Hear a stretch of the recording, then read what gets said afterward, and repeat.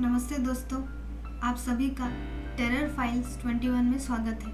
तो बढ़ते हैं आज की कहानी की तरफ। चिरंजन और बबीता अपने 7 वर्ष के बेटे को लेकर पिकनिक जाने का प्लान बनाते हैं और पास ही के एक पार्क को, जो कि अभी अभी कुछ समय पहले ही बना था, वहाँ पर जाने का निश्चय भी कर लेते हैं। पर दुर्भाग्य से थर्सडे के दिन वो पार्क बंद रहता था और उसी दिन वो तीनों वहाँ पर पहुँचे थे।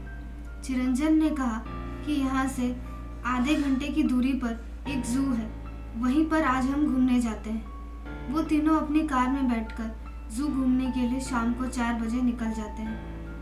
अब तक सब कुछ ठीक ठाक चल रहा था, परंतु अचानक गाड़ी एकदम से रुक रुक कर चलने लगी।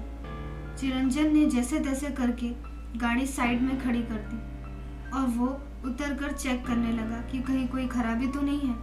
तभी उसने देखा कि गाड़ी के टायर पंक्चर है। चिरंजन ने अपनी पत्नी और बच्चे को गाड़ी में ही रहने को कहा और मैकेनिक ढूंढने निकल गया। चिरंजन को गए हुए लगभग 1 घंटे से ज़्यादा समय हो चुका था, पर वो अब तक मैकेनिक लेकर वापस नहीं आया था और ना ही कॉल उठा रहा था। अब बबीता को चिंता होने लगी।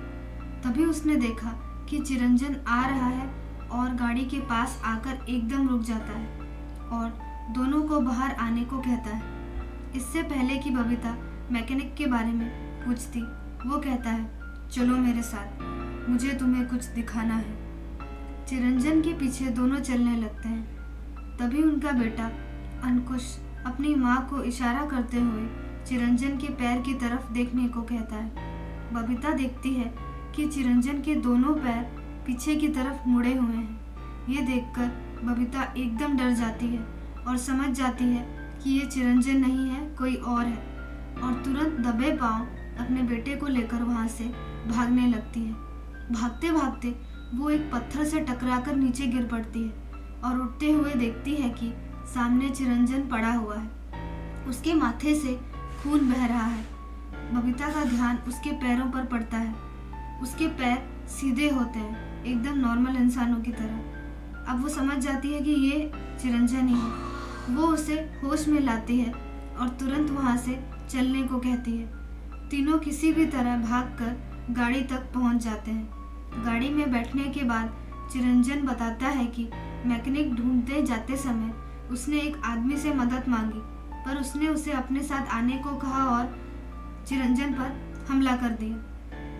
रात भर चिरंजन, बबीता और अंकुश गाड़ी में ही रहते हैं और ना जाने कैसी कैसी डरावनी आवाज़ों का सामना भी करते हैं और फिर सुबह वहाँ से किसी की मदद लेकर निकल जाते हैं।